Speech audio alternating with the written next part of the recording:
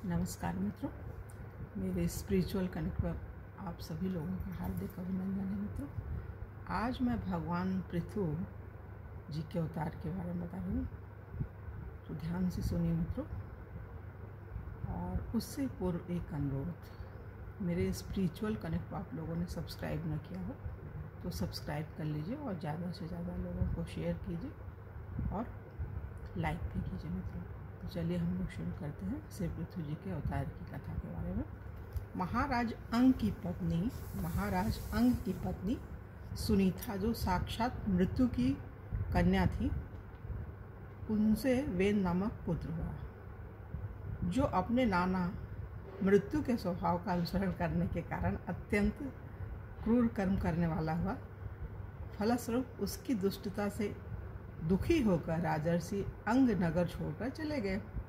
राजा के अभाव में राज्य में अराजकता न फैल जाए, इसलिए ऋषियों ने और कोई उपाय न देखकर वेन को अयोग्य होने पर भी राजपद पर अभिषिक्त कर दिया। स्वभाव से क्रूर, ऐश्वर्य पाकर अत्यंत उन्मत्त, विवेक शून्य वेन जब धर्म एवं धर्मार्थ पुरुषों को विनष्ट करने पर तुल गया और ऋषियों के समझाने पर भी समझना तो दूर रहा, उल्टे उनकी अवहेलना करने लगा, उनको दुख देने लगा, तब क्षुब्ध ऋषियों ने क्रोध करके हुंकार मात्र से वेन को मार डाला। परंतु कोई राजा नहीं होने के कारण लोक में लुटेरों के द्वारा प्रजा को बहुत कष्ट होने लगा। यह देखकर ऋषियों ने ही वेन के शरीर का मंथन किया। प्रथम जांग का मंथन किया तो उसमें से एक बौना पुरुष कुरूप काला कलूटा उत्पन्न हुआ, और जब उसने पूछा कि मैं क्या करूं, तो ऋषियों ने कहा, निषीद, बैठ जा। इसी से वह निषाद कहलाया। फिर वेन की भुजाओं का मंथन किया तो एक स्त्री पुरुष का जोड़ा प्रकट हुआ। ऋषियों ने पुरुष को पृथु नाम से एवं स्त्री को अर्ची नाम से संबोधित किया। ऋषि ब्राह्मणों को श्री पृथु जी के हाथ में बिना किसी रेखा से कटा हुआ चक्र का एवं पाँव में कमल का चिन्ह देखकर बड़ा हर्ष हुआ कि पृथु के रूप में साक्षात श्री हरि के अंश ने ही संसार की रक्षा के लिए अवतार लिया है, और अर्ची के रूप में निरंतर भगवान की सेवा में रहने वाले श्री लक्ष्मी जी ही प्रकट हुई हैं। सुंदर वस्त्र और आभूषणों से अलंकृत महाराजा पृथु का विधिवत राज्याभिषेक हुआ। उस समय अनेक अलंकारों से सजी हुई महारानी अर्ची के साथ वे दूसरे अग्निदेव के समान जान पड़ते थे। सब लोगों ने उन्हें तरह तरह के उपहार भेंट किए। इसके पश्चात सूत, मागध और बंदीजनों ने स्तुति की। ब्राह्मणों ने पृथ्वी जी को प्रजा का रक्षक उद्घोषित किया। वेन के अत्याचार से उत्पीड़ित पृथ्वी ने समस्त औषधियों को अपने में छिपा लिया था, और चूंकि बहुत समय बीत गया था, अतः वे औषधियाँ पृथ्वी के उदर में जीर्ण हो गई थी। यही कारण है कि जब श्री पृथु जी का राज्य हुआ, तब भी पृथ्वी रसा होकर भी रसहीन ही बनी रही। फलस्वरूप भूख के कारण प्रजाजनों के शरीर सूख कर काटे हो गए। उन्होंने अपने स्वामी पृथु के पास आकर कहा। तब पृथु जी ने क्रोध में भरकर पृथ्वी को लक्ष्य कर बाण चढ़ाया। पृथ्वी प्रथम तो डर कर गौरूप धारण कर भागी, पर कहीं भी बचाव न देखकर श्री पृथु जी की शरण में आ गई। तब पृथु जी ने पृथ्वी के संकेत से गौरूप धारिणी पृथ्वी का दोहन किया, जिससे पुनः सभी अन्न और औषधियाँ प्रकट हो गई। प्रजा सुख चैन से रहने लगी। परम धर्मात्मा श्री पृथु जी ने 100 अश्वमेध यज्ञ करने का संकल्प कर 99 यज्ञ पूर्ण होने पर जब 100वें अश्वमेध यज्ञ का प्रारंभ किया तो इंद्र ने अपना सिंहासन छीने जाने के भय से बहुत विघ्न किया।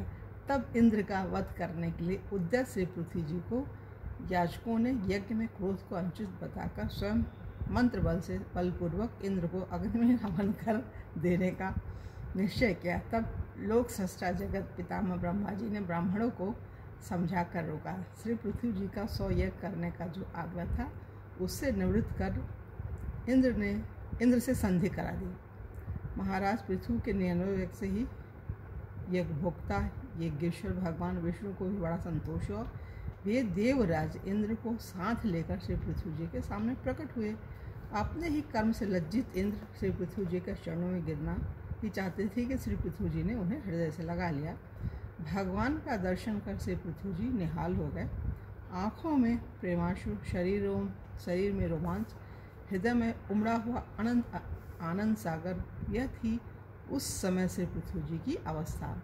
उन्होंने हाथ जोड़कर भगवान की स्तुति की। भगवान ने श्री पृथ्वी जी के गुणों की सराहना करते हुए वर मांगने को कहा। तब श्री पृथ्वी जी बोले, मुझे तो उस मोक्ष पद की भी इच्छा नहीं है जिसमें महापुरुषों के हृदय से उनके मुख द्वारा निकला हुआ आपके चरण कमलों का मकरंद नहीं है, जहाँ आपकी कृति कथा सुनने का सुख नहीं मिलता। इसलिए मेरी तो यही प्रार्थना है कि आप मुझे 10,000 कान दे दीजिए। राजा पृथु ने 10,000 कान मांगे थे कथा सुनने के लिए।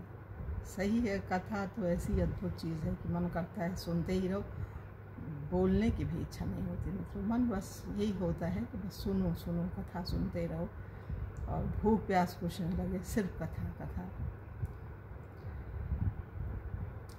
उन्होंने कहा, इसीलिए मेरी तो यही प्रार्थना है कि आप मुझे 10,000 कान दीजिए जिससे मैं आपके लीला गुणों को सुनता ही रहूं। इस प्रकार प्रार्थना करने पर उनको अपनी भक्ति का वर प्रदान कर भगवान अंतर्ध्यान हो गए।